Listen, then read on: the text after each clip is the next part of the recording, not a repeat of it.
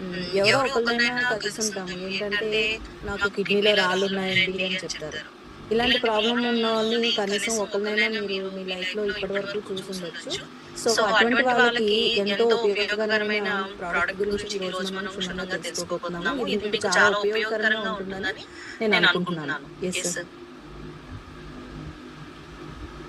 Before starting lecture, we just overlook our usual track system or excretory system.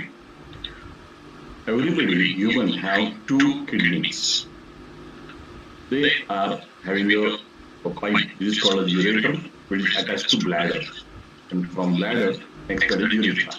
From that, we expel our urine.